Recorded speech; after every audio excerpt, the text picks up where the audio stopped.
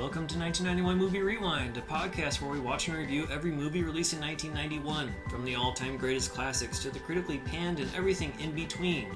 We will rediscover forgotten fan favorites and uncover hidden gems as we explore the depths of direct-to-video. Join us in our celebration of the fun, unique, and diverse films of this highly underrated year.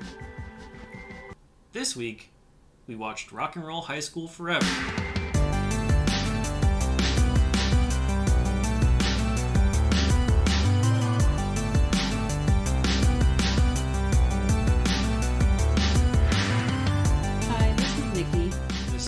Thank you for joining us on 1991 Movie Rewind. Rock and Roll High School Forever is a sequel that follows Jesse Davis and his punk crew of friends in their quest to be the best school band possible and have the Eradicators play the senior prom. Their penchant for destruction and pranks gets them into trouble with the incoming, hard-nosed, claw-handed Vice Principal Dr. Vader. Can the band outsmart the adults and avoid detention? Screenplay by Deborah Brock, directed by Deborah Brock, and released on home video on May 23rd, 1991. Have you seen Rock and Roll High School Forever before? Yes, I have. I had not. Oh, okay. I think I'd seen parts of Rock and Roll High School on like AMC or on cable, but definitely saw the video cover all the time working at the video store, but never picked it up to watch it myself.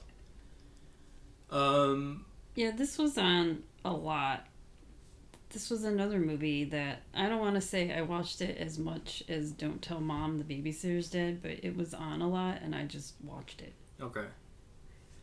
Yeah, I don't know. It must not have been on the channels that I was watching, or I just purposefully avoided it. I don't know. But I will say this is the very first movie that we've covered that is straight to video. Did not have a theatrical release at all.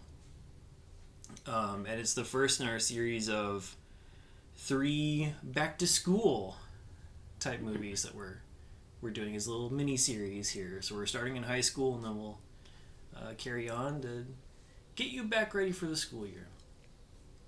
So yeah, this movie was supposed to come out in the theater, but apparently it got scrapped, possibly, most likely because of Corey Feldman's arrest.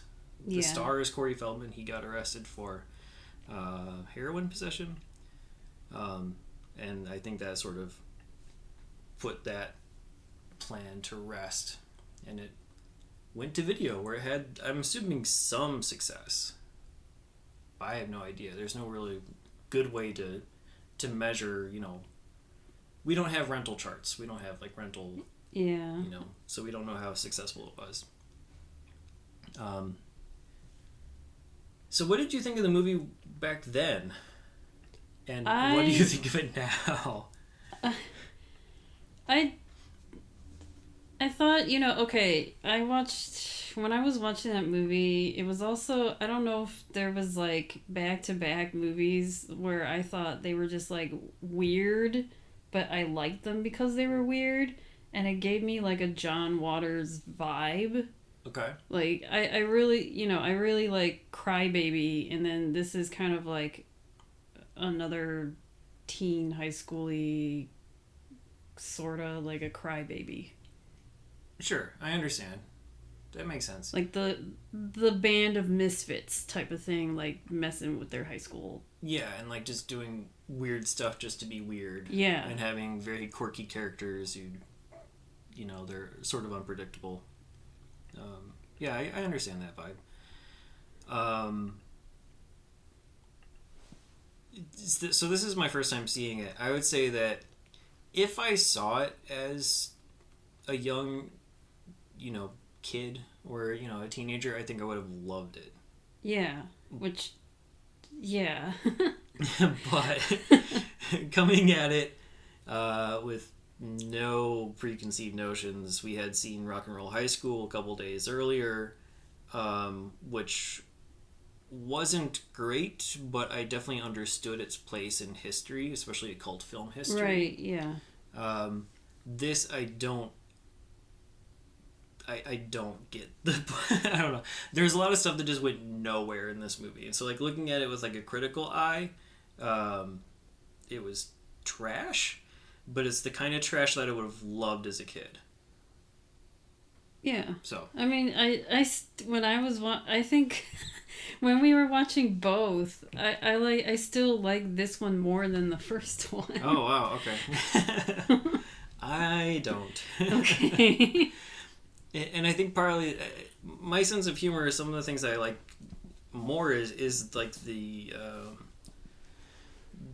avant-garde type of stuff, like the, just like the weird, the trippy, and like the first one, Rock and Roll High School, about the Ramones, had a lot of those things that it was like a live action cartoon at times, where there were things that were not physically possible in nature or in the real world that were happening in that movie, like the paper airplane going in one locker and coming out another one, and like going all kinds of other different places.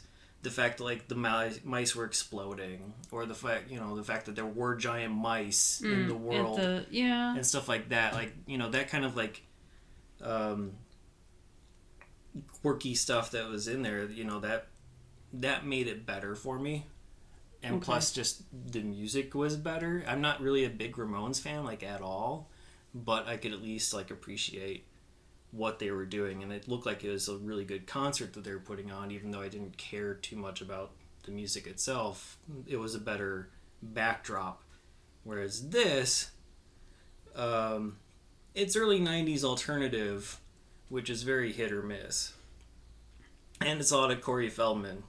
So I think this movie probably would have been better served if there were a central band to sort of revolve the plot around, instead of having a high school band.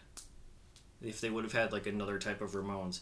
But I have a feeling that they probably didn't, because Corey Feldman was there and he wanted to exude his musical abilities and be the center forefront instead of some other band. Like, hey, I can sing as well. Yeah.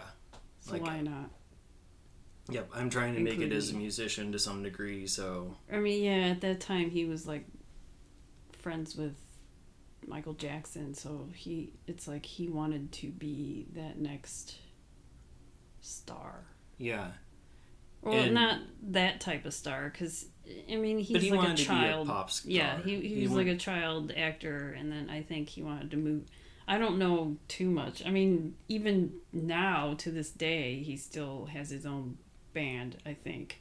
Yeah, as far as I know. Yeah, he tours. I know he has, like, I know at least a couple years ago he had his Angels or whatever. I mean, I didn't really follow it, but I know he has, like, his band. Yeah. And they have a cult following, just like I'm assuming this film has something of a cult following. One of my friends from college is a big fan of Corey Feldman and his band, so I know that there are fans out there. But yeah, I think, and in terms of like the Michael Jackson influence, that's very evident, especially in the early scenes with his style and his hair, and like when and then the way he's sort of dancing, just he's just imitating his moves, like the spinning around and not really grabbing his crotch, but I think he would have if it wasn't like a PG movie. Yeah. Which is weird that this is a PG-13 movie. And it's weird that the original was a PG movie, too. I don't know. It feels like... Like, the first one should have been PG-13. But, I mean, we sort of talked about that with, like, Doc Hollywood, how... I mean, that was PG-13, and they showed a full frontal nudity scene. Yeah. So, it's like... But this is very tame. This is something that, like... I mean, this is PG-13 to me, because they don't really swear, and they don't really have nudity. Right. I'm just saying, would it have been... When you think of, like, cult movies, and you think of, like, these types of things, I don't know, when you think about, like, punk rebellion high schoolers, I don't think one step above Nickelodeon. You know, I think of, like, an R-rated movie, of, like, raunchiness. Well, I think more American they do Pie show than I them, think like, of this. blowing up a school. That, I mean, yes. Now that's, like... You can't do that. No, I mean, they even say it in the movies, like, do not try to attempt these pranks. Yeah, they put a fake warning at the beginning. It's like, oh, if you do these pranks, you could get detention hall for life. Like, right. You know, they're setting the tone. But it is, I don't know, it's like, it's one step above Nickelodeon in terms of like edginess. I don't know. It's very preteen in terms of its, the way it tackles its subject matter. Which isn't a bad thing. It just means that it doesn't land for an adult who has not seen it before. But if I were a preteen, I would probably appreciate it a lot more. Yeah. I would have liked it more. So it is definitely a sequel. They talk about that pretty much early on. The early one took place at, I forgot the name of the... What, the high school? Yeah, the original. Vince Lombardi Yeah, High I School? knew it was a football coach, but I couldn't remember exactly what time. So it was at Vince Lombardi High School. That, spoilers for the first one, blew up. And now it's Ronald Reagan High School in the second one. And they start off by saying... Well, first, Corey Feldman's talking to the camera. He's addressing the camera. He's like, they hate it when I do this. And like they all flush the toilets all at the same time, and they the whole causes the pipes to burst or whatever. Right, like while they're having some sort of like board meeting with all these different adults. None of them are the principal, so I don't know who they are. I don't even know. There's Mr. Cheese and a table of other people with last names that were cheese related. Right. But other than that, I don't know what their That's place why were. Because I was like, are they teachers or is this like a PTA, like parent-teacher? I don't know, and they never really explain it. But the pipes burst, and then they get every student to round into the halls and like run out of the school and like, oh, it's Rock and Roll High School Day. This is the day where you can do whatever. Mm-hmm. And it, so it's like senior skip day or something like that. And then the plot from there is really kind of sketchy. So the principal, who is Mr. McGree, not Mr. Cheese. Mr. Cheese, I don't think is ever seen again. Yeah, I don't know. He's the principal, but they bring in this person, Dr. Vader, to be the vice principal to prevent Rock and Roll High School Day from happening in the future. But then at some point in the movie, they're like, oh, well, we're seniors, we're graduating in a couple weeks, so...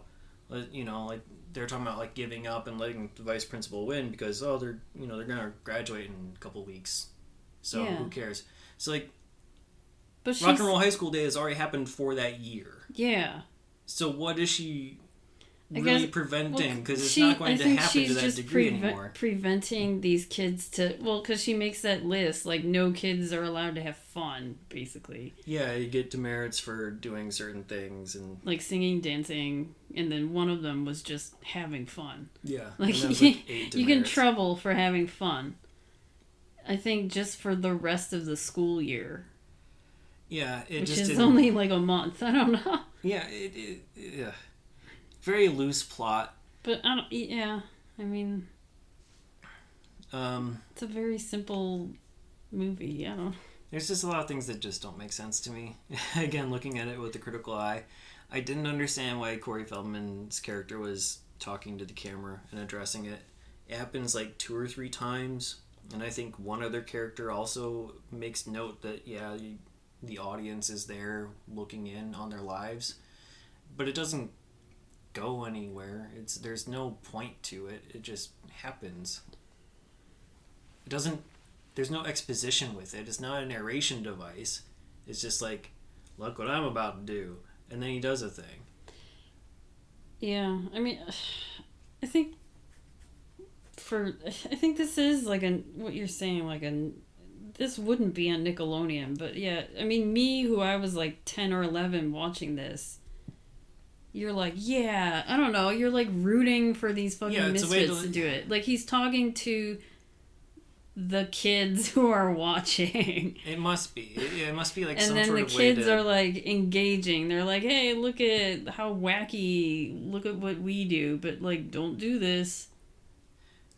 Yeah, but they aren't really saying don't do this. They aren't, but in the beginning of the movie it's like, I know, don't but even attempt that these is things. kind of not saying it. It's it's not like the jackass warning.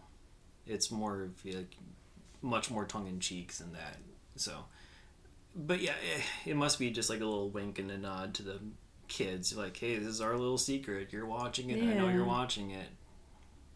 Maybe. But it was so infrequent that it was weird. Beyond that, I don't know how much to talk about the plot, because there's, like, not much plot really at all. It's just, like, a series of, like, tiny scenes with various characters that just end up lasting an hour and a half. And there's, like, a couple, like, important parts, and then the rest of it is just kind of there. The Eradicators, as a band, is, like, Corey Feldman's crew, Jesse Davis's crew. There's quite a few of them. There's, what, like 5 people in the band? Yeah. And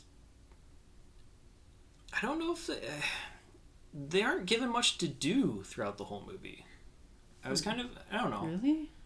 Well, I mean, think about it. Okay, so you have, here's the crew. You got Mag, who I think is really like the lead, the second lead, right? Mm-hmm. He's like the Magnuson whatever, the guy who kind of looks like Corey Haim. Yeah. Played by Evan Richards. We have Stella, the girl with the bowl cut, and then you have Jones, and then you have Namrock. But like, Stella has like 2 lines in the movie. Namrock has like 2 lines in the movie. I think Jones helps Mag out with some stuff, and then Mag does most of the other stuff. Like, they make it seem like it's a big crew thing, and they're all equal, but they aren't given equal stuff. I don't know. They don't all contribute. Is my point. They don't all have equal parts. I don't know. Like, maybe I'm overthinking things. This is just, to me, this is just a silly ass movie. Like, I know this is not like high art and like an Oscar worthy movie. Well, I understand that. It's just, I think, like, I don't know. But like, if you introduce a crew of people, I want to see more of these people doing stuff for the crew.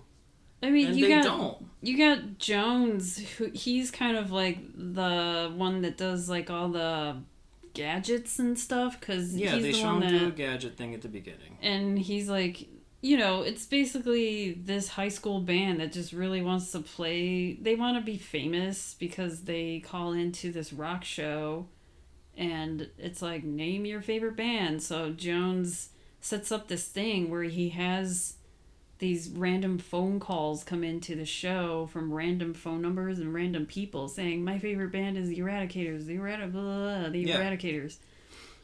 So, I mean, that's his thing. Yeah, but that's like a one thing. Like, why not set it up so that he uses that tech knowledge and ability to mess with Dr. Vader later on?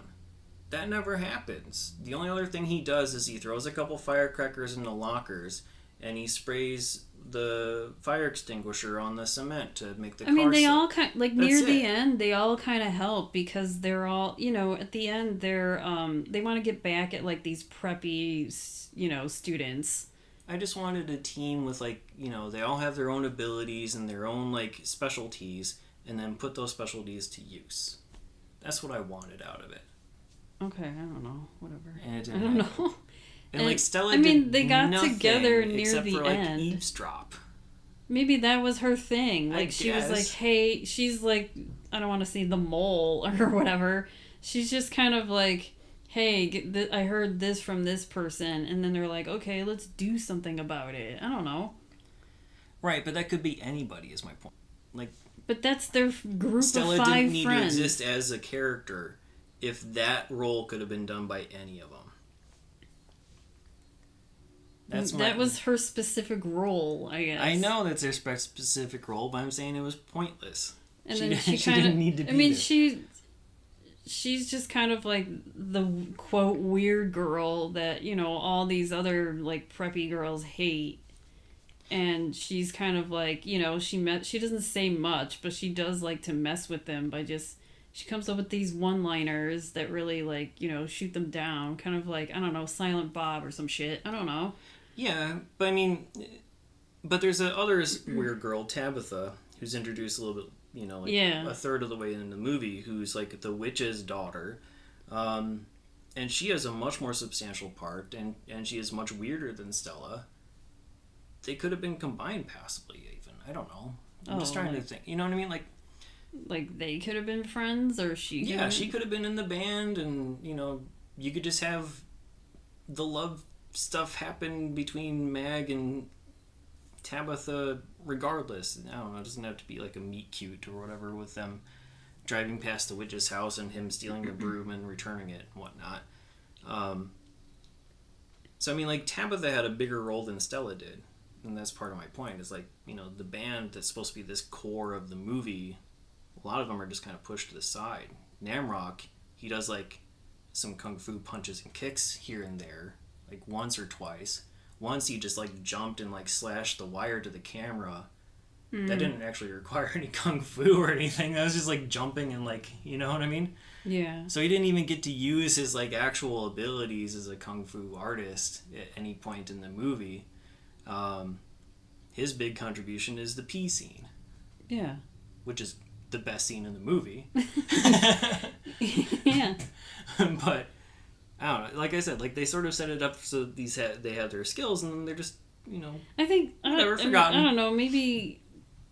I mean, they just seem like people that like to pull off random pranks. Yeah. And just, mess with their teachers whenever they can.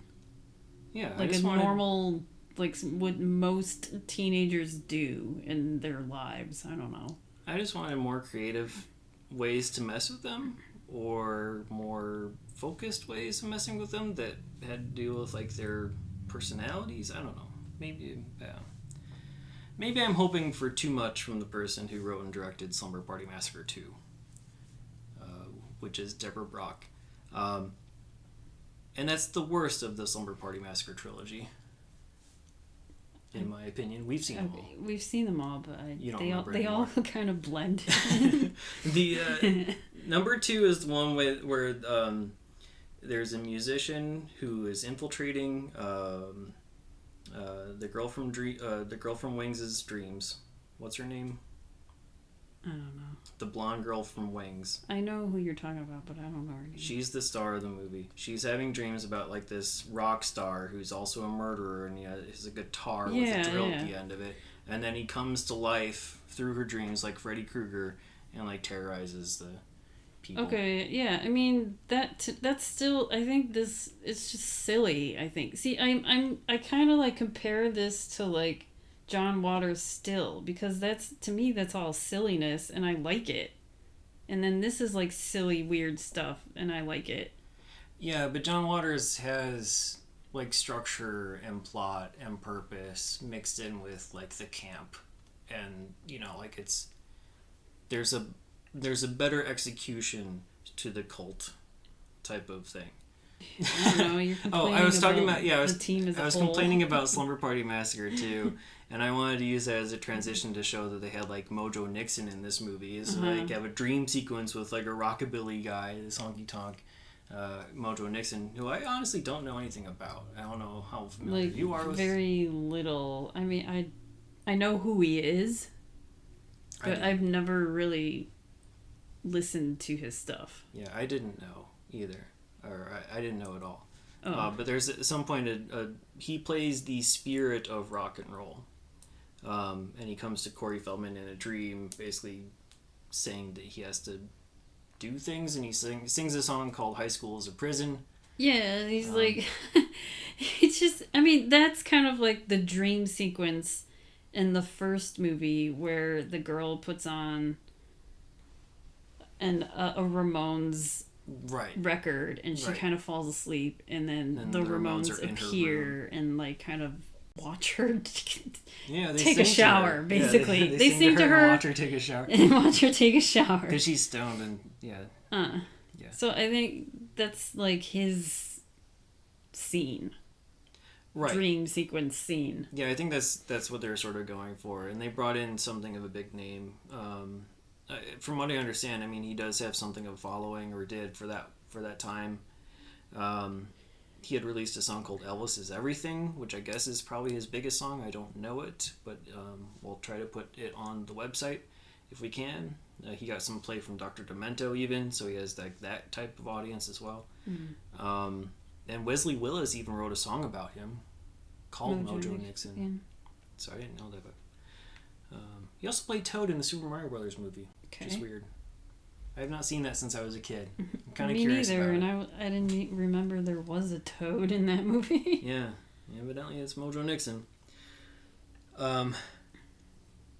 So yeah, I mean, there's weird stuff that happens off and on in this movie, but a lot of it's just like random scenes that don't go too far, or they're just they set up jokes that don't happen. Like there's situations where they, you know, I don't know, they introduce a situation and they're like, man, that was crazy, right? And the guy's just like, yeah, and then they just cut.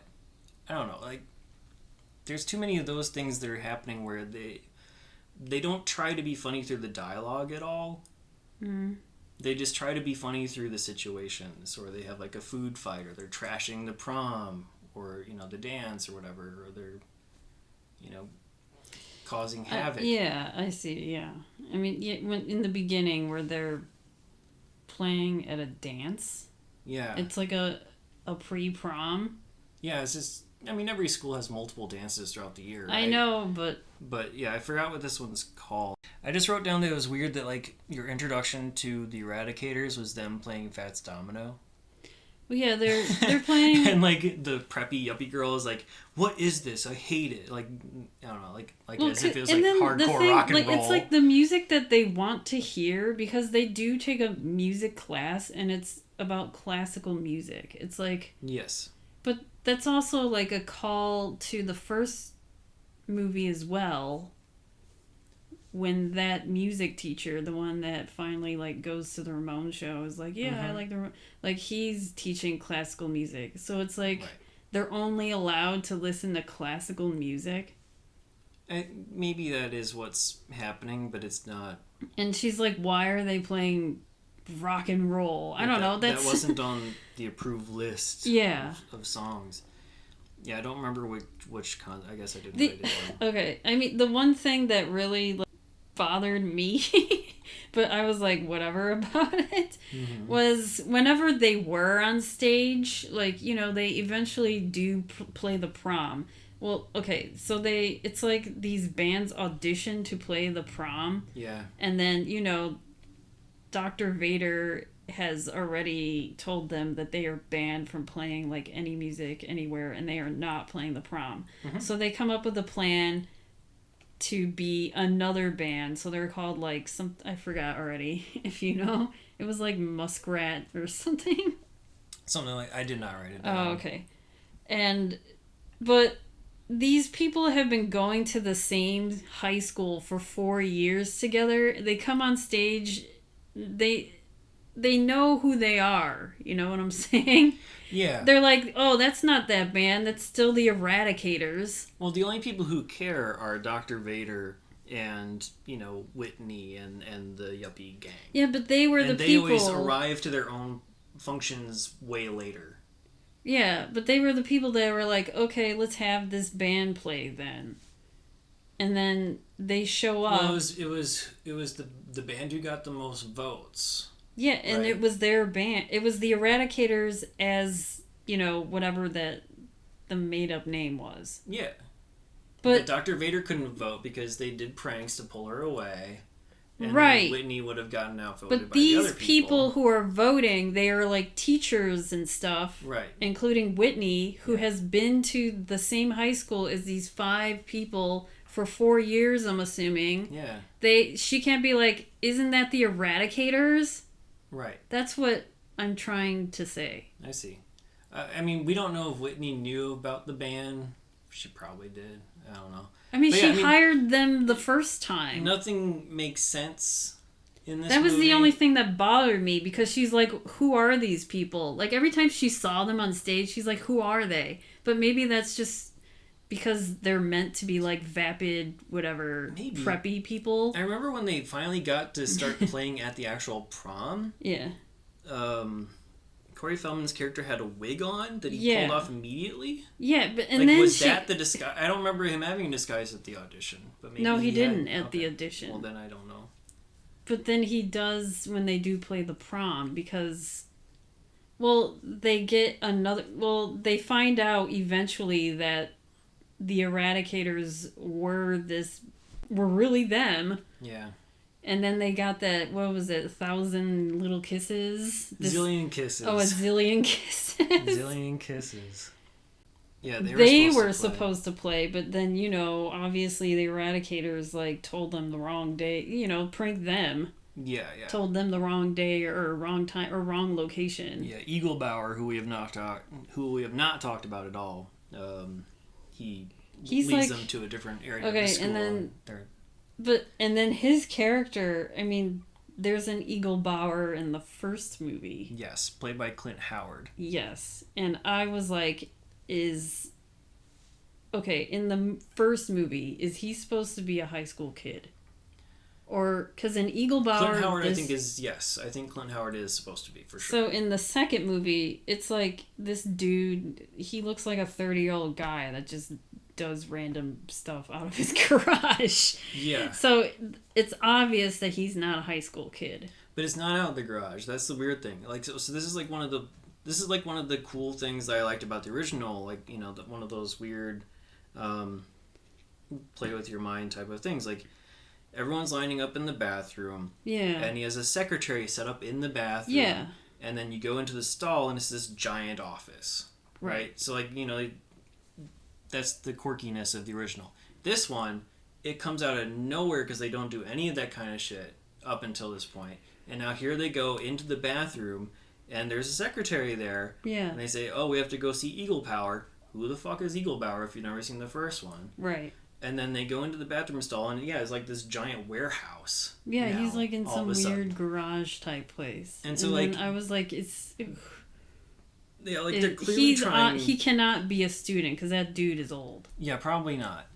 But they're trying to pay homage to the first one, but right, there's no setup and there's no discussion about who Eagle Bauer is or anything like that up to that point, and nothing like that in terms of playing with space and having a secretary that's stationed in a bathroom. None of that type of stuff has happened in this movie since or before, so it just was weird. This movie's types of quirkiness was the appliance worship. Yeah. Which we should talk about probably at some point. Okay, if you want. But I'm saying, just to get back to the whole Eagle Bauer thing, it didn't make sense and we didn't know who he was. They never really explained, what he does for the school so much. I guess, because in the first one he's, working on generating fake IDs and giving you hall passes and, bypassing all the rules of the school and setting people up on dates and whatever. Here they just go to him because they want help with the prom. And he's kind of like the king of pranksters or something. Yeah, and they don't... Yeah. He's the one that comes up with the idea of just filming these, the preppy kids and then also Dr. Vader and in random situations. With those massive cameras that for some reason none that of them are saw. in their faces. Yes. A couple yards away. Giant, honestly, the size of a TV station camera. And they're able to get multiple angles. Right. And able to cut them but they together all like have the movie cameras and they're all coming from different angles. Supposedly. Even though following, mostly the yuppies or the preppy kids, and it's there's 4 preppy kids and it's 2 guys 2 girls, they're each in a couple. Mm-hmm. And then they catch one of them cheating on the other and stuff like that. One of the girls is her throwing up on a teacher, and then they make a video out of it and they show it at prom and everyone's cracking up, including the teachers. And somehow they knew that was going to happen because the way they made that happen is Stella ate sushi pretending she was eating the dissected frog, And then she ran out of the classroom to throw up, but they knew that was going to happen, so they were ready for the camera. They were setting it up because they probably thought about that ahead of time. They're like, okay, you pretend like we're going to be dissecting frogs this day. But and it's still they somehow know that Whitney hates dissecting animals. It's still a leap in logic to assume that she would throw up. Yeah, I know. Or that she'd throw up in the hallway and not in the classroom right then and there. Right, yeah, I don't know. But I don't know. Whatever. They came up with that prank. It's comedy logic. Just go with it. Yeah, and then, they knew that she was going to throw up somehow and followed her down the hallways until she, projectile vomits in a teacher's face. Yeah. And then they show it during prom because they have, video screens set up on the stage, and so they hook into the video footage and show that to them. Yeah, just to embarrass them. Cause, they're just... All they're doing is just pranking people throughout this movie. Yeah, they're causing actual property damage and stuff like that, too. At the end. Well, before that, they're, hooking up the toilets. Yes, the toilets. Which, when they did they need a plumber after that? When they attach the chain link fence to the car and it gets all pulled away. Okay. Stuff like that. But yeah, when they're just started wrecking that dance and just flipping tables and throwing shit all over the place. Yeah. Out of nowhere, and then they expect to get away scot-free and they aren't punished. I think they're just I don't know, that's just, it's we don't know what to do with these kids type of thing. That's why they brought in this vice principal, but... Yeah, the other weird thing about this movie that's different than the original is that in the original, all of the students are on the side of the students, and it's just the adults that are the bad guys, except for the hall monitors, who aren't really students. They're monitoring the halls the whole time. Those are the only two young people who are on the side of law and order. Now you have these yuppie people that you have to also combat on top of Dr. Vader. So that was weird. But let's get back to appliance worship. Okay. I honestly thought that was gonna go somewhere. I thought that was I don't know. think that's just them messing with other people. Yeah, it's just setting up this weird dynamic and just trying to provide a quirky scene that's memorable. And then it's also, this is around the... Because, they have the witch and the witch's daughter, and everyone's stay away from them because they're, quote, witches, and they live on 666 whatever lane. Mm-hmm. This is satanic panic time. Yeah. So, they're showing them, worshipping this appliance, and I think... And then the people that own that house that they went to are, freaked out by it, because... At first. And then they're get the camera, we gotta... But then they freak them out when they take their clothes off. Yeah, that's so weird. They disrobe, or they open up their... They have kitchen appliances. Jackets, and they have all kinds of attached appliances to their body, and she's oh, as if they were actually flashed they were gonna naked die bodies or something like that. It's just a very weird scene, and I appreciated it for being weird. Mm-hmm. I thought it was gonna come back and actually be, a useful scene because it was very long. Yeah, it took a lot of time off the clock. That was just a one shoot thing. It's hey, we prank people, not just our school. I don't know. Yeah, maybe. They're maybe they just spend their whole lives pranking people. Yeah, I can only assume it was probably what you were saying before. It's sort of a, not really a wink to the audience necessarily, but just here's a scene to show you that these kids are just wacky kids. Yeah. And that's all you need to know. And it's memorable. You're going to remember the appliance worship over anything else, even if it has nothing to do with the rest of the movie. When that came on, I was oh my god, I remember this. I don't know. Yeah, see, there you go. That's what it was there for. And that's what a lot of these random scenes are there for. It's not meant for people like me at this age. So, I totally understand that.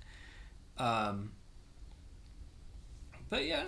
The other thing we haven't talked about yet, the other major character we haven't talked about so far is the substitute teacher, Rita May, who Jesse runs into while he's skateboarding the halls. Yeah. And assumes she's a student until he says, she's like, I'm a substitute for so-and-so. And then he's like, wait, you're a teacher? Because all the teachers there are like really old ladies, like old men or old ladies. They all have, names like Mr. Cheese or Mrs. Grossman. Yeah, they all have like, gross names or whatever. So, she, is not too much older than them. And, so obviously there's a big crush between Jesse and the teacher. Mm-hmm. Well, Jesse towards the teacher, not necessarily reciprocated. At least not until the end. Because, kids movie. But she's also instrumental in, like... Well, was she instrumental in getting the band into prom? Because she was one of the people that had to vote, because she's a music teacher. Yeah, she was one of the ones who had to vote, but didn't she say that she did not vote for them? She said she did, because she's like, you're the best one out of all of them. I thought she still didn't. I don't know. Maybe I misheard something. Maybe, I don't know. I know she said that you were the obvious best band out of all the ones that applied or tried out or whatever. But there were only a few that were on that panel, including Coach Spasm, another good name that was only said like on the placard. Mm. So yeah, the names are funny, the ones that they come up with. Yeah. So yeah, she's there. The substitute teacher's there. She comes in and out of the plot whenever it's needed. Like we get to see her teaching classical music to a class, and that's intercut with... Was it them like filming all this stuff? Yeah, I think it's when they were trying to set up all the preppy kids at that point, because the the one guy that opens the his locker, the locker, and there's like a bunch of negligees and stuff that come out, but then they show him like dancing with the underwear or like whatever, holding it up to his body and like feeling it and stuff. I think it was probably that type of stuff, and like the firecrackers and whatnot possibly was later, but the whole intention of that was to sort of parallel the crescendo of the music with the crescendo of the prank. Yeah. And everyone is like falling in love with her as a teacher, not necessarily as a person, but as a teacher. And it's like, she can teach, like, she can make classical music interesting. And she's like, classical music is like a football game, and she thinks. Yeah, she's just dancing around. Yeah. And saying random football terms. It has nothing to do with the music at all. Right. But then, she's only really there as a love interest to Corey Feldman's character, and that, comes to fruition at the end where she kisses him even though she is the teacher and he's a student. The student, yeah. But it's like they bring it up and he's like, wouldn't it, like, how would it be when, I'm 24 and you're 28 type of thing. Right. Which is fine. Yeah. And she's like, you're a student right now, and I cannot. And she's like, and she doesn't even seem like interested in him at all. Yeah, they don't have a flirty relationship. It's just like pursuing him, her until like the end where she kisses him. She's like, oh, what am I gonna do with you? And then she kisses him. Right. Hopefully nothing. I don't know, like wait till he's graduated and make sure he's 18 first. I don't know. That'd be a good thing to do with him. But, we're not going to expect rules and laws to come into a movie where, people with hooks for hands exist and, people have like electrified fences and... the stuff that Dr. Vader is doing is like... Right, torture and beyond illegal. Beyond illegal. Yeah. And you have like, a scene with like them panning across the cafeteria, and like you have a gang with guns at the end, Yeah, it's their... So it's, obviously we're just kind of like over accentuating one small part.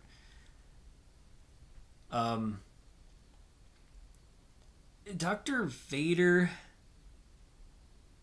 what do you think about a theory that's actually the same character as Rock and Roll High School? Because I mean, it's the same actress. Yes. So Mary Warrenov is the only person who returns for the sequel. She plays She Dr. looks like Vader she here. has not even aged. I know, she really does look like nothing's happened to her. Because she looks the same in the first movie as the second, and I was like, is that really her? But yeah, and she does not play a student in the first one. She plays the villain disciplinarian in that one too. Yeah, she's like I don't know, is she the principal? Or she's the one that comes in the first one as well. Mm-hmm.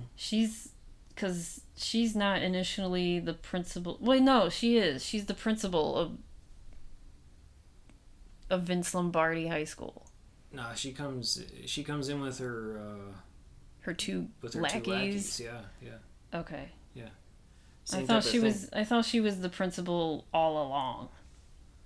I don't think so. I think she was brought in after something happened, because she was introducing, like, you know, she came in, she drove in, and PJ Souls' character, I forget what her name was in the movie already. Riff she was Randall. Riff, yeah. She was playing Ramones in the parking lot. And, right, yeah. So it's like throughout the years, Vince Lombardi High School kept on losing principals, so she just came in as the replacement for the last principal that left. There you go. Okay. But yeah, I mean, we're looking at 12 years or so in between movies. Yeah. And so, you know, she's here with a hook for a hand. You think she's like a robot now? I think there's a possibility that they could be the same character. The thing that kind of throws it for a loop is that who is Eaglebauer in relation to the original Eaglebauer? Do you think that should have been Clint Howard, like, grown up? Because he's an adult. Yes, I think in a perfect world it should have been Clint Howard still there, just perpetual student or whatever. But I mean, yeah, who knows about Clint Howard? But like, yeah, it would have been cool for Clint Howard to reprise that role, and he is an adult who's in, you know, that back garagey place. Yeah, like that's no still his office. Stall. He's now expanded into like a maybe that's what it was meant to be, but maybe Clint Howard couldn't do that, and that's probably Eaglebauer as an adult. Yeah, I don't know, but I don't know. I think that's sort of what throws a wrench into this whole thing is, you know, if Eaglebauer exists and does actually have ties to the first movie's Eaglebauer, then there should have been some recognition to say, oh yeah, Dr. Vader is actually what's her name from the first movie, or, you know, oh, she came back and she changed her name, or she was in a psych ward, because in the first movie she basically goes, you know, they show her like on the verge of being institutionalized from all the events of the movie. Yeah.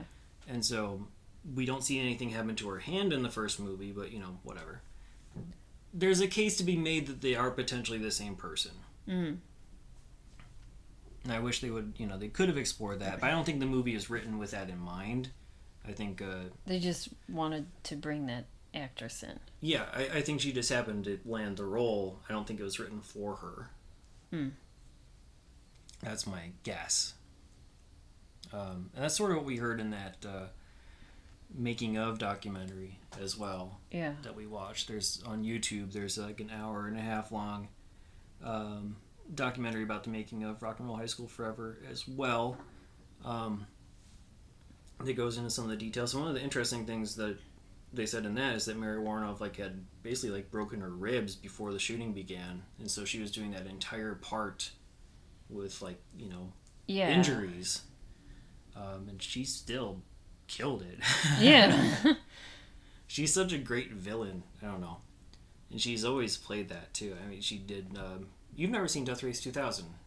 No, I don't think so. She's Calamity Jane in Death Race 2000. If you've seen that, she's like a queen of cult basically. She's done all kinds of stuff like Silent Night, Bloody Night, and Eating Raoul, Chopping Mall, Warlock. She's also in the spiritual prequel to Rock and Roll High School called Shake, Rattle, and Rock. Okay, yeah. Which is Renee Zellweger. It's the same director that did Rock and Roll High School. And then, Mary Warrenov, and then PJ Souls, and then the person who plays PJ Souls' friend in the first one, I forgot her name too. But so they have like they have three returning people and the director, and it's like takes place in the 50s, but it's like similar concepts. So that'd be interesting to see. I mean, yeah. I mean, the ending, it escalates. It does. And I mean, because Dr. Vader, I mean, while prom is happening, this is another prank that, Jesse and maybe Jesse just did, who knows. Like, he gets some, like, stripper, like a male stripper or, like, a male escort or someone who wants to be dominated. Yeah, but he, like, seduces... A naughty boy. Yeah, he seduces Dr. Vader. Yeah. And, he climbs, like, she comes in to, like, park in her spot. He climbs on her car, like, all sexily or whatever. And he's like, I need to use the phone. Do you know where there's a phone? Yeah. And he's like, she's like, you can use the phone in my office. But then it quickly turns into, like, this dominatrix scene where she turns her, like, hook hand into, like, a hook whip. Yeah. Yeah, she has attachment. And she's whipping him and, licking him and whatever. And then obviously, like, Eaglebauer is taping this. She finds that out. She gets really mad. But they somehow show that immediately during prom. And everyone's like, look at your principal type of thing. And she gets violent to the point where she's, like, driving her car around, like, wanting to run people over. Yes. She is. Yes, she is now trying to kill people. She just wants to kill. She's so mad. She's going to kill students and teachers. Yeah, it's Death Race 2000 come to life again. And so maybe Jesse and his team have to save the day where Jesse's on his skateboard. Because somehow, like, everyone else escaped, but Rita May did not, and she got pinned against the fence. And Jesse has to save her. She was going to be run over by Dr. Vader, but yeah, Jesse comes with the skateboard and basically is like, hey, pick on somebody your own size type of a line. Yeah, and then they set the whole school aflame again. Yeah, she crashes and she's into the chemical labs, which blows up the school. Yeah, and she's in the school that's burning. Yeah, as far as we know, she's dead. Yeah. That's what they say. But yeah, they reused footage from the first movie of the school blowing up, which was weird to see. But they do have enough original explosions in there. And there's quite a few. And yeah, they escape and happily ever after? I don't know. Like, the actual principal doesn't seem to give a shit that the school has been destroyed. It's like, oh, we need a new one anyway. Right, I don't know. A third one? Because, I mean, this is the second... Yeah, who knows what... Yeah, the second high school to burn down. Like, wouldn't they all lose their... Wouldn't whoever, like, the mayor or whoever be like, okay, we're... Right. I don't know. Authorities come in. Yeah, who knows? And be like, okay, you guys clearly cannot run a school, so we're not going to build a school? Who knows? Mm-hmm.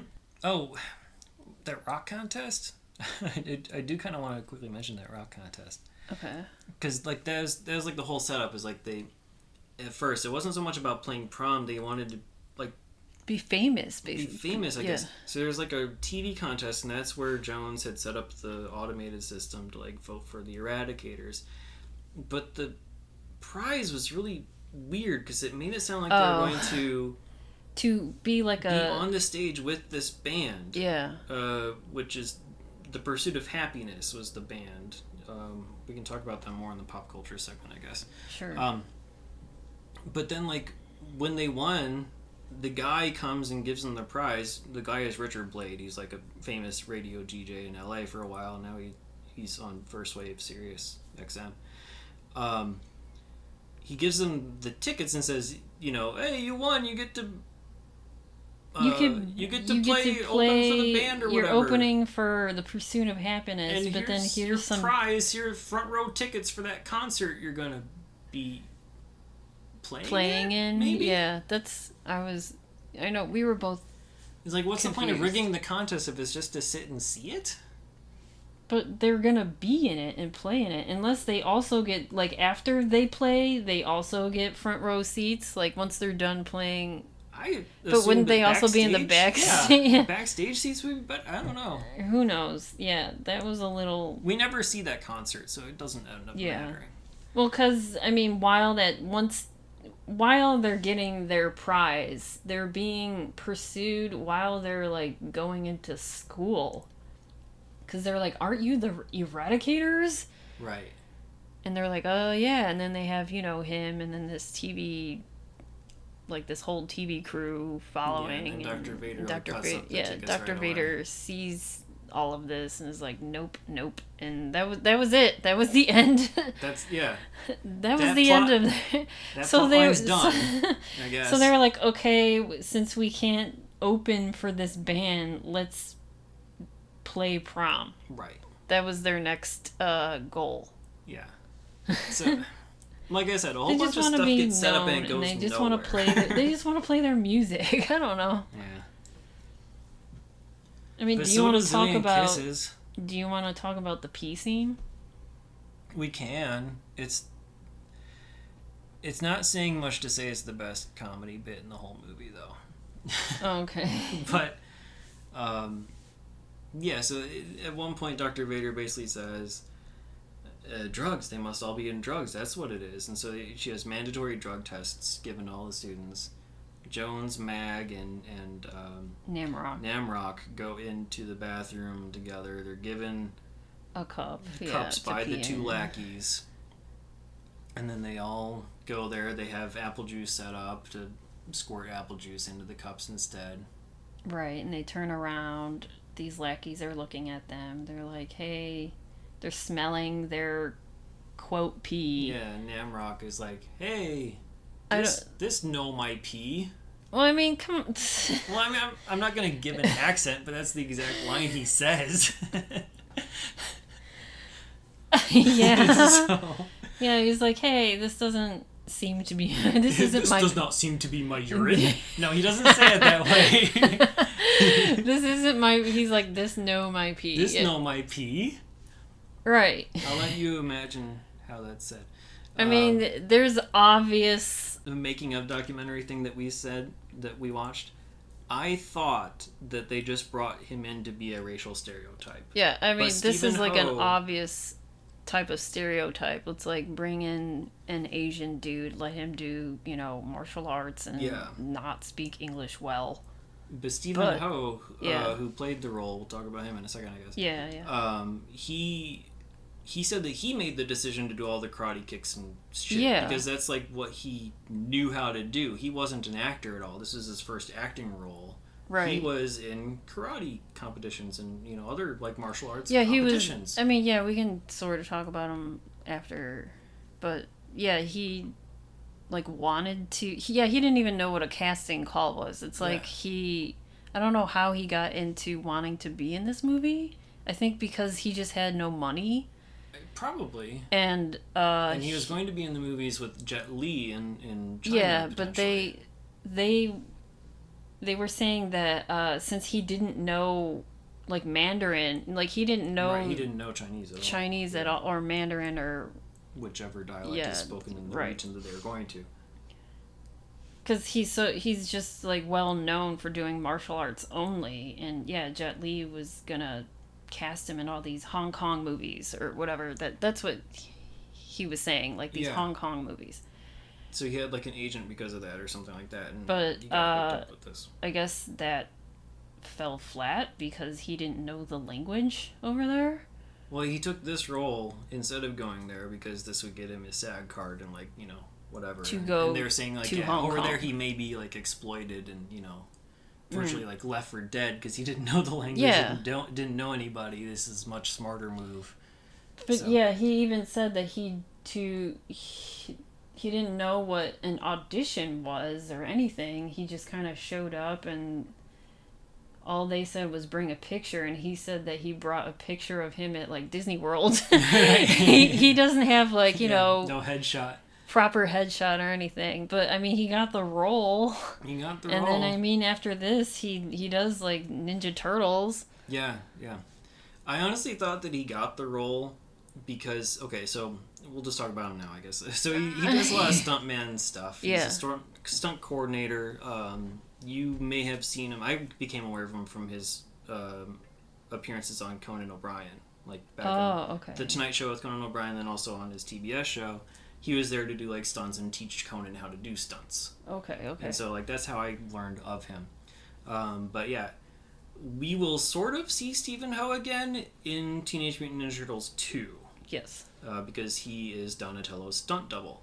And I thought that he maybe got this part because of Corey Feldman's role as Donatello's voice in the first Teenage Mutant Ninja Turtles 1 and 3, but not 2. But no, it's just like a weird coincidence that Stephen Ho did the stunts for 2 and 3. Corey Feldman did the voice for 1 and 3. Mm-hmm. And so, yeah, they did not meet beforehand. There was not that connection that got him the role. Right. So, I don't know, back to the P. Back to the P. But yeah, he says, "This no my pee." This no my pee. He smell it. They all and they're like, "Oh yeah, this isn't my pee either." And they him, Mag, and Jones are smelling their cups of quote pee, and then they're like switching their cups. They taste their quote pee, which is apple juice, in front of these two lackey guys. Right. And like, oh yeah, this is my pee. And they're like, oh, okay, this is my pee. And then they give it to the guys to get tested. And then the guys just go, ew, like the longest ew. Yeah. And then that was the end. That's the punchline. I know, but that was the funniest.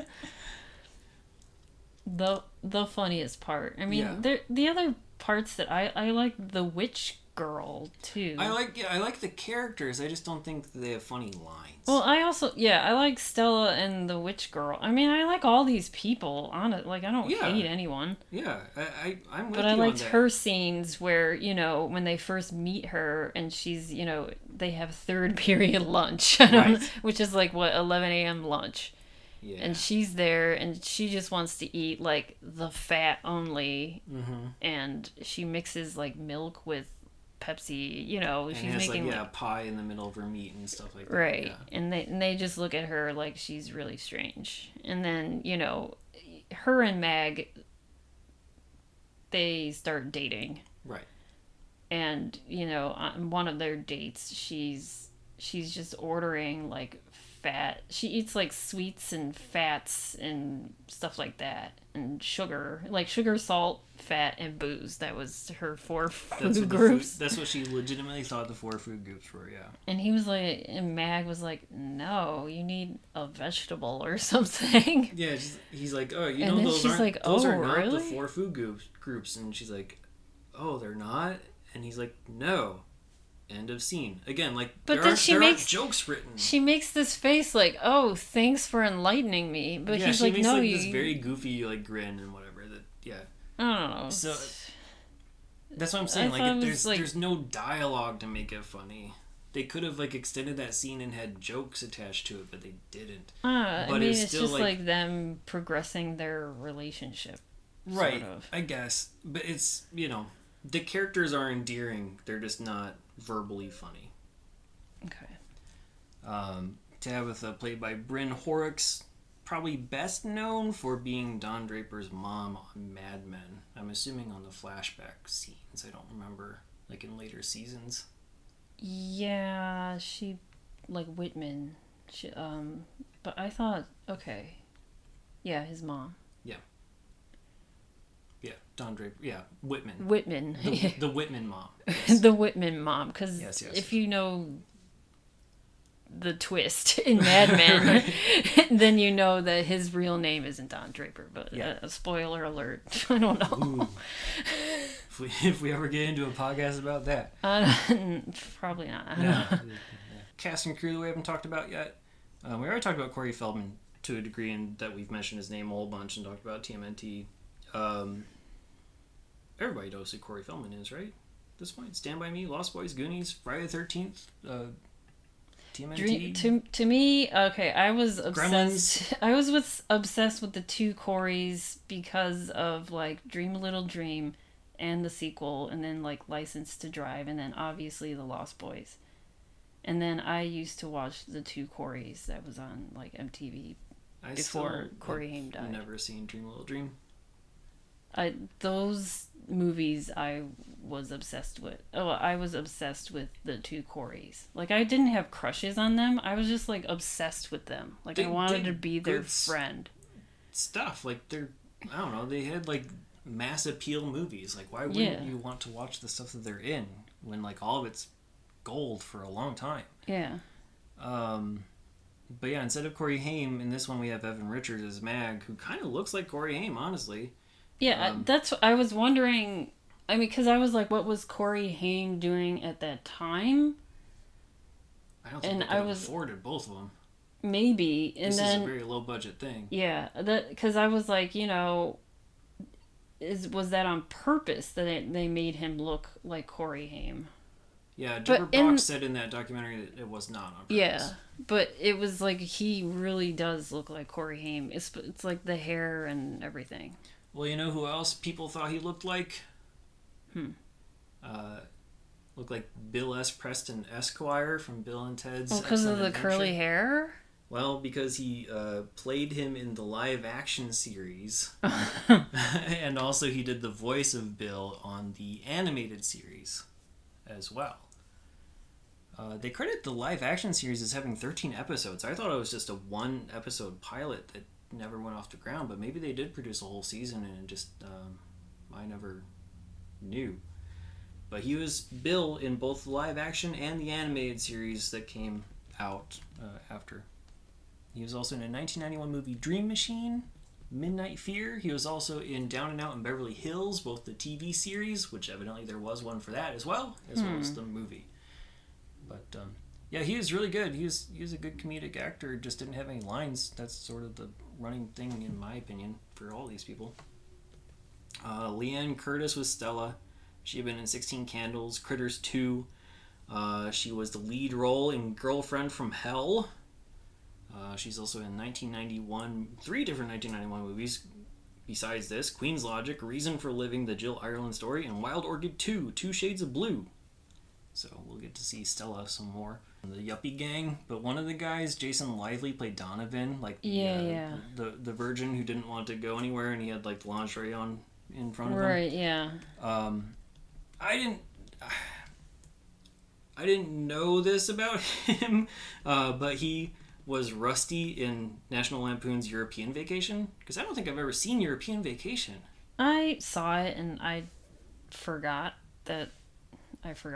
Yeah, so like I know what happens in that movie, but I don't know who played even the sister. Like, was it still like Juliette Lewis? Because I know Juliette Lewis was in it at some point. They swapped Rusty's out every movie, didn't they? Right. But I don't know if they swapped out the sister. I thought they also swapped out sisters as well. It could be. I really don't know. Okay. But he's also half-brother Blake Lively, if you want to know about that. He's also directed shorts called Learn to Hip Hop. So, okay. Jones, we haven't talked too much about Jones, other than... he was in the 1991 movie Grand Canyon as... I almost said as well as Stella, but no, like Queen's Logic and Grand Canyon, two different indie movies. He was also on A Different World for about a season.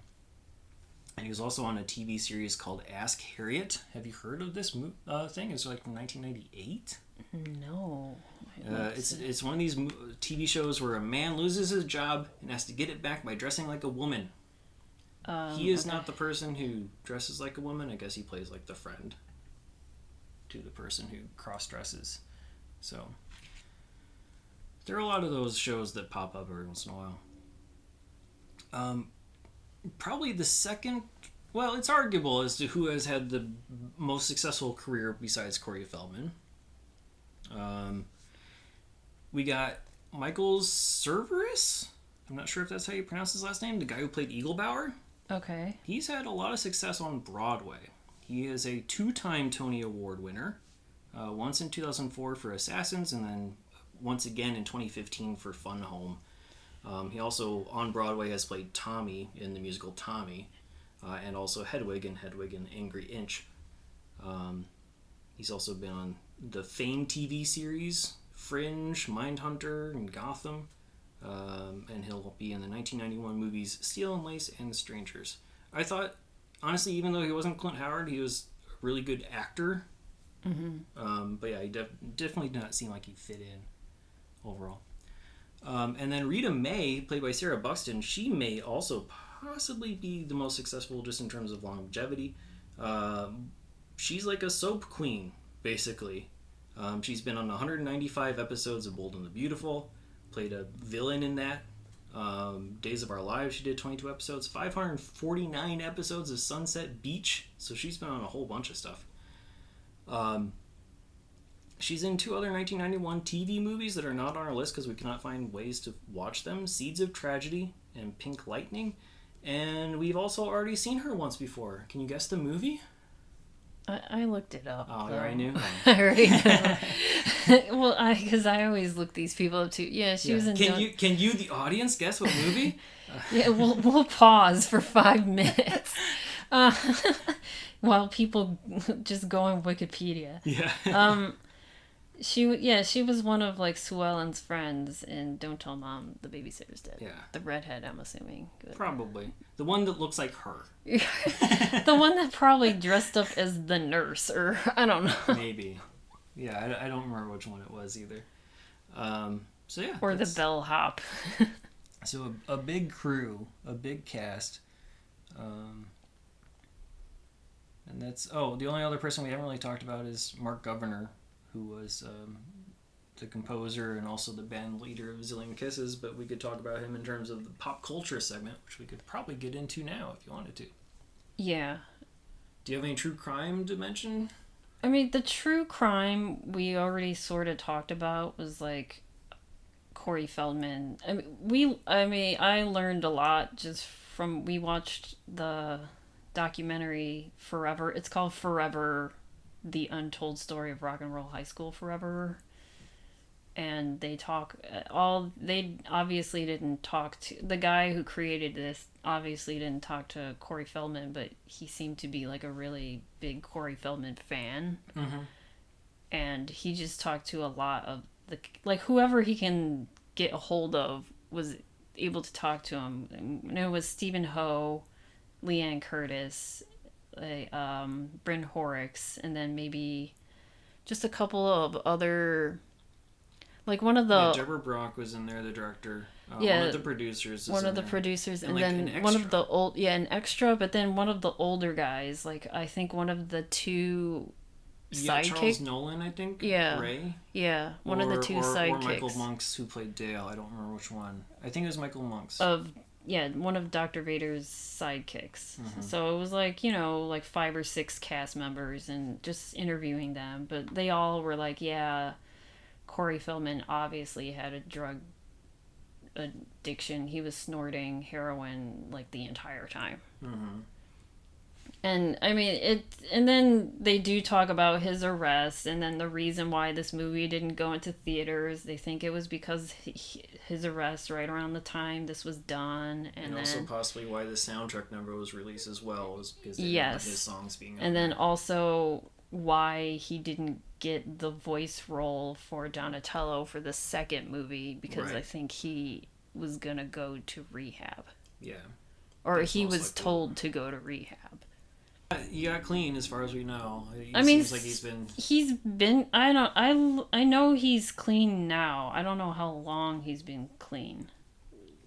But yeah, they also had nothing but nice things to say about him as a person. Yeah, he didn't. The drug problem. They were just like, yeah. Other than that, other than him doing drugs, I mean, they were like, yeah, we smoked pot all the time on set, but I mean, we weren't doing heroin. And like how he was the only one just doing heroin, and then he would come out, and they were like, he was able to do his job. He was a nice guy and everything. Yeah. He was just on drugs. I mean, Yeah, and he's obviously from, been like, through a lot in his life. Yeah. So. They talk, I mean, if you ever watch the two Coreys, I mean, that, like, opened my eyes, like, big time. Yeah, he's, like, one of the first people to talk about, like, child abuse in the entertainment industry. Yeah. And continues to be a advocate for children actors' rights and right, and he was, like, one protection. of the first people, like, even his parents were, like, really abusive to him, and he was, like, one of the first child actors to be, you know, emancipated. Right. At, like, the age of 15. So, I mean, he pretty much... But he still had his parents in his life as, like, management at this point, from what I was reading. Like, his dad took over around this time from his mom. Yeah, but they took all of his money. Right, but yeah. So even though he was emancipated, they were still actively involved, like, managing in his career by being his manager. Yeah. So he just got to not live under the same roof and whatnot and be an adult in terms of the law or whatever. I don't know fully how emancipation works, but yeah. Yeah. And I don't know who he lived with after being emancipated from them. I'm not sure. But yeah, hopefully he's doing well now. We'll see him again in 1991 movie Edge of Honor at some point. Pop culture. I mean, pop culture. So, I mean, this movie was released. I mean, music-wise, we can just talk about the soundtrack because this movie was released like a week after Europa and then like a week before Pit and the Pendulum. So we're like right in the middle of May. We covered those like very recently. Yeah, so all the music that I could talk about was already talked about. Yeah. So we can talk about this soundtrack if you want. Yeah, absolutely. Because they do go into that in the document. I don't know. I like the documentary. It was helpful. The only thing I wish was different about it is go into more of like the cult status of the movie and talk about the fandom. Yeah, I wish that would have been possible. Yeah, I mean, I think it was just like he was a fan of that movie and was like, let me bring it back because a lot of people don't know that this is really a cult film. It seemed like something of a pandemic project for him. Because it was like released in 2020 and everything was done through like Zoom and so it seemed like it was just like quickly put together, not poorly put together, but quickly put together. And you know, if he would have been able to get out into the public and interview more people, could have added that aspect to it. His name is Aiden Gonzalez, by the way. I don't want to be like this guy. We'll link to it in the website. He doesn't know we're even talking about this. Yeah. I don't want to be like saying, this random guy, because, I mean, just talk about the director of this documentary. But yeah, if you're interested in the movie enough to listen to us, go watch that. We've talked in terms of music, we already talked about Mojo Nixon, I think, extensively enough, right? We have The Pursuit of Happiness, who did the theme song, the Rock and Roll High School Forever theme song, which I initially hated when I was like first. But then you were singing it like after it was over. It was good. It was catchy enough. I don't know. I guess I hated it because it was like not punk rock. But then like I don't know. I got over that aspect of it and like So The Pursuit of Happiness, a Canadian band. They went platinum in Canada back in like 1988 or so. Their biggest hit, I think, is a song called "I'm an Adult Now," which is briefly featured it's shown in this in the movie in the video, I think. Yeah, I think so. It's like part of like the rock TV contest. Yeah. But yeah, they also did the theme song for this.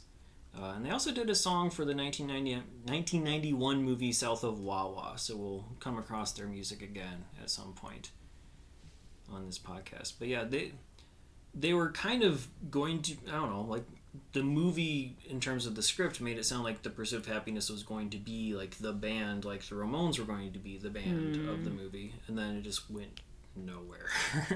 But they did the theme song at least, and it's a decent theme song. And then the other big act is Mark Governor and Zillion Kisses.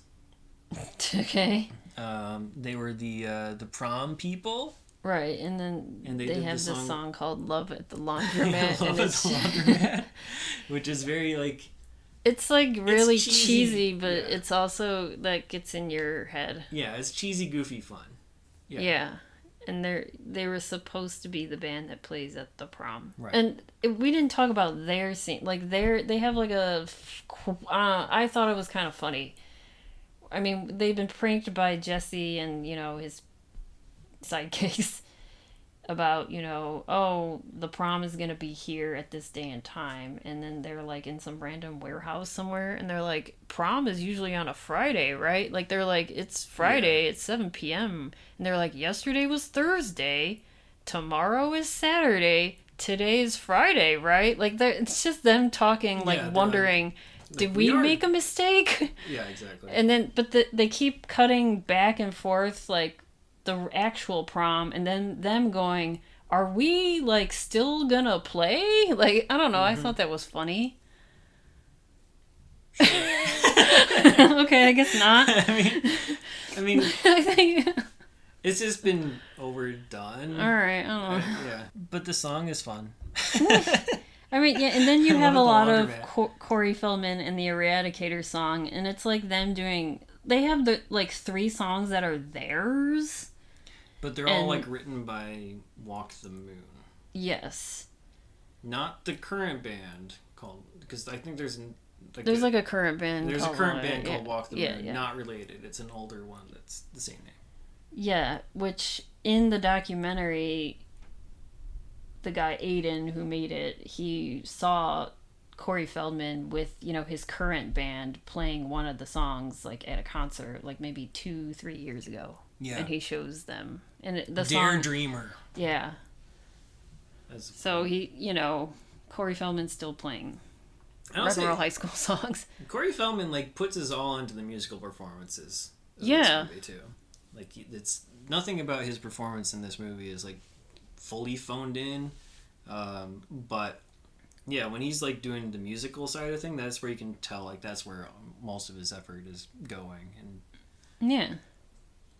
I mean, yeah, and then he does like covers of older songs like Tutti Frutti, and then I'm Walking. Yeah, the Fats Domino. Fats Domino one, yeah. And then there's a couple of well-known bands like Jesus Jones and the Divinals. They have a couple songs on there. And I mean, I kind of wish this soundtrack was released because I didn't mind the music. Yeah, I mean it probably again would have been something that would have been better at the time. Yeah, I don't think I would seek it out now personally.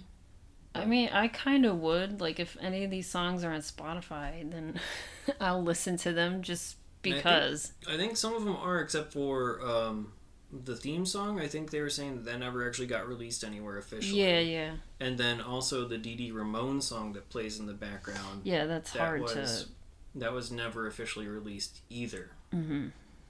So that's the only actual, like, semi-connection is there's a Dee Dee Ramone song that plays in the background of one scene. Mm-hmm. And that's it for music, right? Yeah, I mean, now I'm going to go on to TV because this movie was released on a Thursday. On store shelves, which is weird because I don't know when that changed, but when I was working, typically the new releases hit Tuesdays. Oh, okay. I thought they would be They Fridays, probably changed that at some point in between 1991 and when I worked at a video store, like, 10 years later. Yeah. So, okay. May 23rd, 1991 was a Thursday, and there's a lot of shows that I want to ask you about. Okay. Or a few, I guess. Starting on ABC, 8 p.m., Father Dowling Mysteries. Yeah. Did you watch this? My parents are big mystery people. Okay. So, like, Murder, She Wrote, Detective Poirot, like, Columbo. Yeah, Father Dowling. Yeah, I know who Father Dowling is. Okay. Do you know anything about it or who's in it? No, I just know that it's something my mom and dad would have watched. Okay, it's it's a show that features a Catholic priest, Father Dowling, who solves murders, abductions, and other mysteries in his Chicago parish, assisted by a young nun, Sister Stephanie. And this show lasted 3 seasons, and Father Dowling was played by Tom Bosley. Oh, okay. Yeah, I don't know. For some reason, I thought that just based off Father Dowling Mysteries, it sounds like it would be a PBS show. So, like, the biggest... Yeah, this is like an ABC show. Yeah, that's the biggest, like, surprise to me, is that it was ABC and Tom Bosley, the dad from Happy Days, and right. not a PBS show starring random white-haired old man. The weird thing is that this movie it started off as a TV movie that was released in 1987. Oh, okay. And so, they probably had like a special event movie, and then it got popular. And then it was 3 seasons, and the 3rd season ended May 1991. So we're at the end of the 3rd season. Okay. Or at the end of the entire series, I guess. So that's the first show I was going to ask you about. After that was My Life in Times. That one doesn't sound familiar, no. Okay, this is... I was like blown away. I've never heard of this, and it's only 1 season, 6 episodes. But it's a TV show set in 2035 and 2036. And it's a series focused on 85-year-old former journalist by the name of Ben Miller. And he's in his rocking chair at a retirement retreat, like talking about his past life experiences. And each episode is like a dramatization of what he went through in the past. One of them is the 1989 San Francisco earthquake. Okay. That's a whole episode. And then another one was the 1987 stock market crash. So it's a show set in the future. But talking about past... allow them to talk about current day. Yeah, pretty much. Like stuff that happened like 3 to 4 years ago. Remember this? And Tom I don't know. Remember when Father Dowling Mysteries was on the air? So it starred Tom Irwin. Do you know who that is? Not by name. He was the dad in My So-Called Life. Oh, okay. I never watched that. Oh, really? No. Oh, okay. And other people in this movie, or not movie, TV series, it was only 6 episodes. It was Megan Mullally and Helen Hunt. Huh. I wonder if they did any episodes about, like, future times. I can I can name the episodes. Okay. So the first episode is current quote current day. It says April 9th, 2035. Who knows what's going on in 2035 according to this show. I want to know. The second episode is called Our Wedding. So he's probably talking to like his kids or grandkids. Sure. About what he's been through throughout life. Right. And then there's one about the turn of the millennium. So we're talking about like 1999. Let's watch this show. If we can find it. I'm curious now. I've never heard of this. I want to know what the like, past thinks the future is. Yeah. I like watching stuff like that where they think 2021 is supposed to be. That's like the best part of like Epcot Center as a kid, or like Wisconsin Dells like future. When they have, like, Future World and stuff. Yeah. All right, so after My Life in Times, there was a Primetime Live after that. You know, it was like a news show. News magazine. On CBS, we had a show called Top Cops. Have you heard of this? It sounds familiar. This is like a documentary style program. And it was it went on from 1990 to 1993. It's comedy? No. It's okay. Like it just features like police officers and dramatic recreations of the events leading to like it's like honored honoring a police officer. So it's sort of like and it's Cops meets... it's like solved mysteries. Yeah. Okay. But it's like they're doing like dramatic recreation, so it's like not even them playing themselves, you know. Sure. But it'd be like Forensic Files or whatever. Right. Same basic concept. Yeah, Forensic Files, but cops doing quote good deeds. Who knows? Sure. That lasted 3 years. Okay, that sounds more familiar. After that was a show called The Antagonists. No, that sounds like a drama thing. I wouldn't care about that. Yes, it's a legal drama, and I was like, ooh, this is exciting. I don't know. Like season 1, it's only one season. It had 9 episodes. It's between 2 lawyers. One of them, Jack Scarlett, played by David Andrews. And I looked him up, and the only thing that I can see he was in Terminator 3. Okay. Which he played Lieutenant General Robert Brewster. He plays a future lawyer. Yes. And then the other lawyer was Lauren Holly. Okay. Put that show in 2035, and then let's watch it. Oh, it could be like The Good Wife or something. Good fight. I don't know. After that was the AFI Life Achievement Award. Okay. They do this every year, and they still do it now, where they just dedicate a whole hour to someone. And this was in dedication of Kirk Douglas. And they televised it? Yeah. I guess I understand that they would televise it back then. But it's still going on, because I was like, is this... But I don't know if it's televised. Yeah, they might not televise it anymore. Yeah, I just thought that was weird. Yeah. Okay. Yeah, TV was full of, like, retrospectives and, like, let's honor our... this is early 90s where, cable wasn't... cable was around, but right. you don't have, like, cable shows and stuff like that. On Fox, we got The Simpsons. I've heard of it, yes. After that was an episode of Babes, which we talked about. Sure, yeah. A couple episodes about. Those were the 3 overweight sisters living together. After that, I was probably watching this, Beverly Hills 90210. I was not.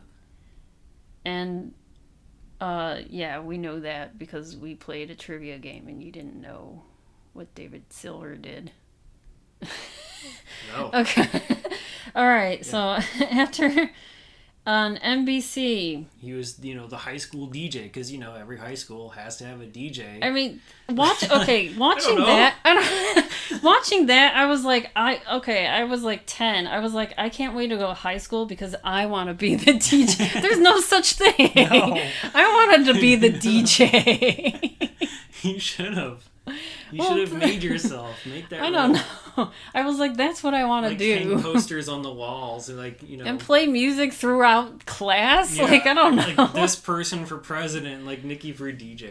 I don't know. Whatever. That's watching that and seeing that. I was like, oh, I want to do that someday, and I never did. No. Okay, on NBC, we have The Cosby Show. A Different World after that. Not yet starring Patrick Malone. He would come in later. Yeah. And after that was Cheers. And then after that was Seinfeld. And it was the episode called The Chinese Restaurant. And that's one of the best episodes. That was the first airing of Chinese Restaurant? Yes. Okay. All right. Well, that's a very good episode. Yeah, no, and I'm pretty sure... It's a classic. Yes. It's a well-known classic. And I'm pretty sure if you no know, one you know. drinks their own pee in that one. No. God. Elaine does try to go up to a table and eat an egg roll, but then she chickens out. Because she just goes up and she's like, hi, I'm really hungry, and my friends will pay me $50 if I eat something from your table. Mm-hmm. And then it's just... It's a table of a bunch of old people, and they're like, huh? And then she just kind of runs away. On to rankings and ratings, then. So I think we're going to differ quite a bit on this one. On your 1 to 5 star scale, where would you put Rock and Roll High School Forever? Maybe a 3. Okay. That's not bad. On my 0 to 4 star scale, I'm probably gonna put it at a half. Mm. Look, low star ratings don't necessarily mean that they're unwatchable or that they're like not fun. I know. It just means that they're not good on a technical movie making level. Okay. So that's where I'm going with that. In terms of would you watch it again? Because every movie is worth watching once, but would you watch it again? Yes, I would watch this again. Yeah, I would too. So, like, there are definitely half-star movies that I would watch again, including, like, Slumber Party Massacre 2. That's pure shit. It's a 0-star movie. But something that still makes me mad, A Kiss Before Dying, should never be watched ever. Yeah, unless you want to watch because we hate that movie. Or I hate it more than you do, maybe. Yeah, I mean, I don't know. Watch it for the first 5 minutes and then turn it off. Right. Yeah, this one's worth watching again. Other bad movies, not so much, but this one is a bad movie worth watching again. But if you out there want to watch Rock and Roll High School Forever, as of this recording in July 2021, it's only available on VHS or DVD. But as always, check your local listings because it may show up on streaming at some point in the future.